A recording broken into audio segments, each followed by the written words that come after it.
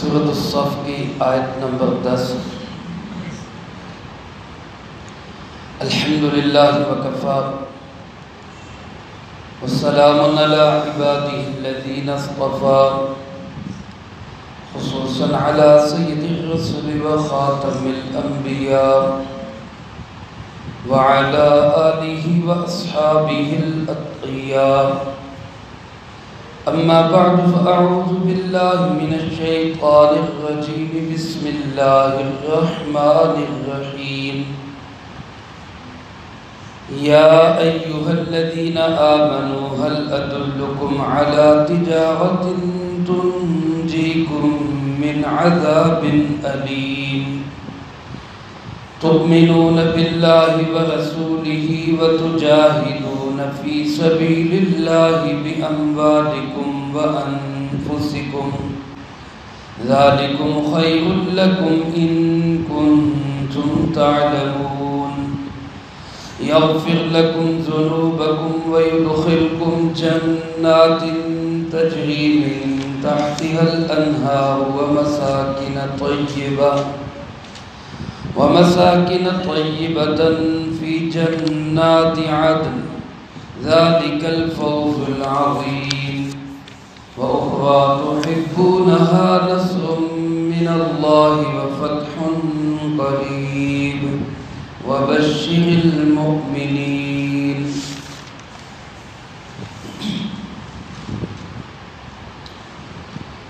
اس سورۃ مبارکہ کے آغاز میں اللہ رب العالمین نے حضرات صحابہ اکرام رضی اللہ تعالی مجمعین میں سے بعض کے سوال پر اللہ کے نزدیک پسندیدہ ترین عمل کون سا ہے، یہ آیات مبارکہ نازل فرمائی۔ اللہ پاک ان لوگوں سے محبت کرتے ہیں جو اس کے راستے میں اس کے دین کے تحفظ کے لیے اس کے دشمنوں کے سامنے صفیں باندھ کر کھڑے ہوتے ہیں، اور ایسی صفیں ہوتی جیسے کہ مضبوط عمارت کھڑی ہوتی۔ اس سورۃ مبارکہ کے اس دوسرے رکوع میں اللہ پاک نے اسی جہاد کی عظمت کو اور اس کے دو فائدوں کو بیان فرمایا، ایک فائدہ آخرت کا اور ایک فائدہ دنیا کا۔ اور اللہ پاک نے یہاں اس جہاد کو ایک تجارت کے ساتھ تشبیہ دی، سوداگری کے ساتھ، تجارت کے ساتھ، ایک کاروبار کے ساتھ۔ اللہ رب العالمین ارشاد فرماتے ہیں کہ آؤ میں تمہیں ایک ایسا کاروبار بتاتا ہوں۔ یا ایھا الذین آمنوا، اے ایمان والو، میں آپ ہر مسلمان، قیامت تک آنے والا مسلمان اس کا مخاطب ہے۔ اللہ پاک فرماتے ہیں ایمان والو، هل ادلکم، کیا میں تمہیں بتلاؤں، علی تجارت، ایک ایسی تجارت، ایک ایسا کاروبار۔ اس کاروبار کی طرف نشاندہی کرنے والا کون ہے؟ وہ اللہ رب العالمین ہے۔ ایک دنیا میں کوئی انسان سمجھدار سیانہ بتائے کہ بھئی اس وقت میں یہ کاروبار کر لو، بڑا فائدہ ہوگا۔ ایک اللہ رب العالمین جو کائنات کا خالق و مالک ہے، سب کچھ جاننے والا ہے، وہ فرما رہے کہ آؤ میں ایک تمہیں ایسی تجارت بتاتا ہوں جس کے دو فائدے ہیں۔ ایک فائدہ تو آخرت میں ہے، اور آخرت کے فائدوں میں ایک بڑا فائدہ یہ ہے کہ تنجیکم من عذاب علیم، وہ تجارت، وہ کاروبار، وہ تمہیں دردناک عذاب سے نجات دے گا، وہ تمہیں بچائے گا، وہ تمہارا تحفظ کرے گا خوفناک عذاب سے۔ تؤمنون باللہ، اس تجارت کا اور اس کاروبار کا حصہ کیا ہے؟ فرمایا پہلا کام یہ کرنا ہے کہ اللہ پہ اور اس کے رسول حضرت محمد صلی اللہ علیہ وسلم پہ ایمان لانا۔ ہمارا ایمان ہے الحمدللہ، اللہ ہمیں اسی ایمان پہ زندگی اور اسی ایمان پہ موت نصیب فرمائے۔ اللہ پہ ایمان لانا، اللہ ایک ہے، اس کا کوئی ساجی اور شریک نہیں ہے، پوری کائنات کا خالق و مالک و رب صرف کون ہے؟ اللہ ہے۔ رسول اللہ صلی اللہ علیہ وسلم پہ ایمان لانا، جناب محمد کریم صلی اللہ علیہ وسلم اللہ کے نبی ہے، رسول ہیں اور آخری نبی اور رسول ہیں۔ اس کے ساتھ فرمایا وَتُجَاهِدُونَ فِي سَبِيلِ اللَّهِ بِأَمْوَالِكُمْ وَأَنفُسِكُمْ۔ اللہ اور اس کے رسول صلی اللہ علیہ وسلم کے پہ ایمان کے بعد تم اللہ کے راستے میں جہاد کرو، مال کے ساتھ بھی اور جان کے ساتھ بھی۔ اپنا مال بھی اللہ کے دین کی سربلندی کے لیے خرچ کرو اور اپنی جسمانی صلاحیتیں، اپنی طاقت اور قوت بھی اللہ کے دین کے لیے وقف کرو۔ جہاد کی مختلف صورتیں ہیں، ایک میدان عمل میں جہاد جو جہاد کی سب سے اعلیٰ شکل ہے، جس کو جناب نبی پاک صلی اللہ علیہ وسلم نے فرمایا ذروۃ السنام ہی الجہاد، اسلام کی بلند ترین چوٹی جو ہے وہ جہاد ہے، سب سے اونچا۔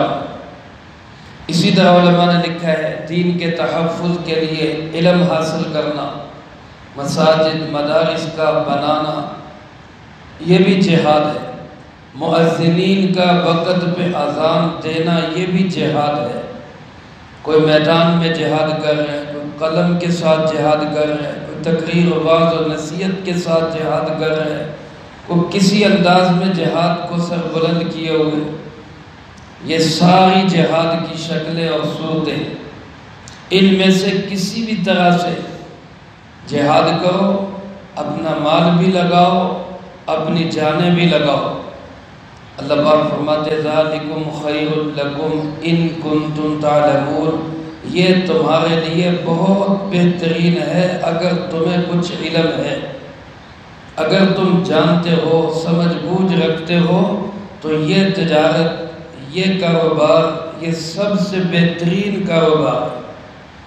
فرمایا اس کا آخرت میں فائدہ کیا ہوگا؟ یغفر لکم ذنوبکم، وہ اللہ تمہارے گناہوں کو معاف کر دے گا۔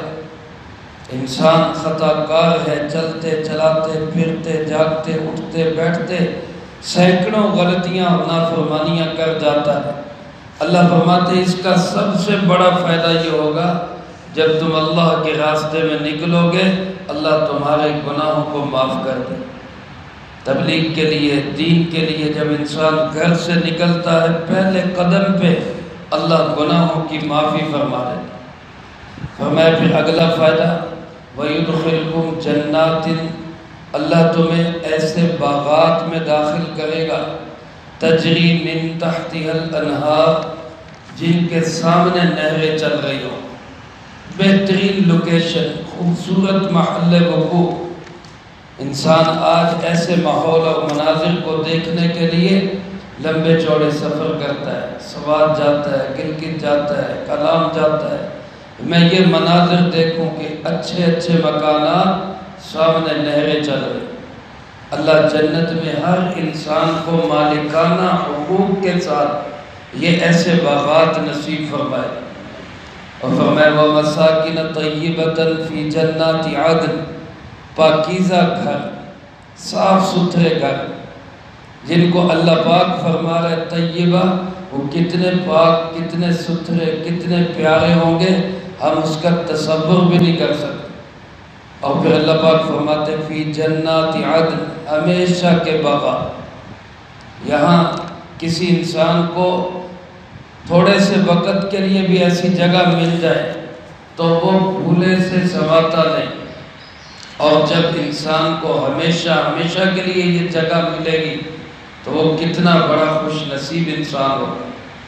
اور اللہ فرمائے فَذَلِكَ الْفَوْزُ الْعَظِيمُ، یہ ہے بڑی کامیابی۔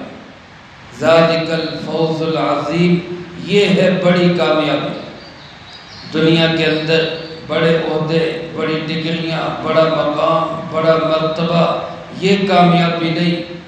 کسی انسان کو یہاں کوٹھی ملی، کسی کو بنگلہ ملا، کسی کو محل ملا، کوئی اعلیٰ درجے کے گھر میں، کوئی کچے مکان میں، یہ کوئی کامیابیاں نہیں۔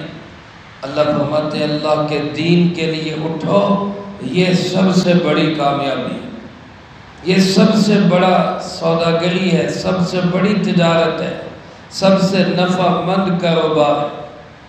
یہ تو اس کا آخرت کا فائدہ ہے، اور دنیا کا فائدہ کیا ہے؟ فرمایا وَأُخْرَىٰ تُحِبُّونَهَا، ایک دوسرا فائدہ بھی ہے جو تمہیں بڑا پسند ہے۔ انسان ظاہر ہے جلد باز ہے، اللہ پاک نے انسان کے متعلق کیا فرمایا؟ وَكَانَ الْإِنسَانُ عَجُولًا، انسان جلد باز ہے۔ ہر بندہ یہ چاہتا ہے کہ میری محنت کا صلہ مجھے جلدی ملے، میں نے آج کام شروع کیا، کل کوئی مجھے نفع ملنا شروع ہو جائے۔ ہر بندہ اس بات کا خواہش مند ہے۔ اللہ پاک فرماتے ہیں تم بھی دین کی محنت جد و جہد کر کے یہ چاہتے ہو کہ ہمیں فوری فتح بھی نصیب ہو جائے، فوری طور پہ ہمارا غلبہ بھی ہو جائے۔ اللہ فرماتے ہیں سنو وَأُخْرَىٰ تُحِبُّونَهَا، ایک دوسرا فائدہ بھی ہوگا جس کو تم بہت پسند کرتے ہو، اور وہ کیا ہے؟ فرمایا نصر من اللہ وفتح قریب، اللہ کی طرف سے مدد اور بہت قریب ہی فتح، یہ بھی نصیب ہو۔ جس وقت حضرات صحابہ کرام رضی اللہ تعالی مجمعین میدانوں میں تھے، کبھی بدر میں، کبھی احد میں، کبھی خندق میں، اس وقت میں اللہ کی طرف سے یہ وعدے کتنے بڑے حوصلے کے وعدے تھے۔ پھر علماء نے لکھا ہے اس آیت مبارکہ کے فوری بعد خیبر فتح ہوا، پھر اس آیت مبارکہ کے تھوڑے عرصے کے بعد ہی مکہ فتح ہوا، تو گویا اللہ نے اپنے وعدے پورے کر دیے کہ مدد و نصرت بھی فرمائی اللہ نے، اور قریب ہی فتح بھی مل گئی۔ جب صحابہ نے دنیا میں ہی دیکھا کہ ہماری محنتوں کو 4 چاند لگ گئے تو ان کے دل کتنے خوش ہوئے۔ آج ایک انسان باطل کے خلاف محنت کرتا ہے اور دل کرتا ہے کہ جلدی ہمیں فتح کی بھی خوشخبری ملے۔ اللہ فرماتے حوصلہ رکھو، کام میں لگے رہو، محنت میں لگے رہو، نتیجے کی پرواہ نہ کرو، لیکن مجھ پہ یقین رکھو کہ میں تمہاری مدد بھی کروں گا اور جلدی فتح بھی نصیب ہوگی۔ اور اللہ پاک نے اپنے محبوب صلی اللہ علیہ وسلم کو فرمایا میرے محبوب وبشر المؤمنین، آپ ایمان والوں کو خوشخبری سنا دیں، بشارت سنا دیں، اللہ پاک جلد ہی فتح نصیب فرمائے۔ تو میرے عزیز دوستو، یہ آیات آج میرے اور آپ کے لیے بھی ہیں۔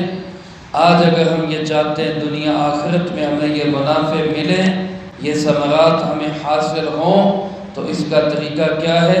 اللہ کے دین کی سربلندی کے لیے اپنا مال بھی لگائیں، اپنی جان بھی لگائیں۔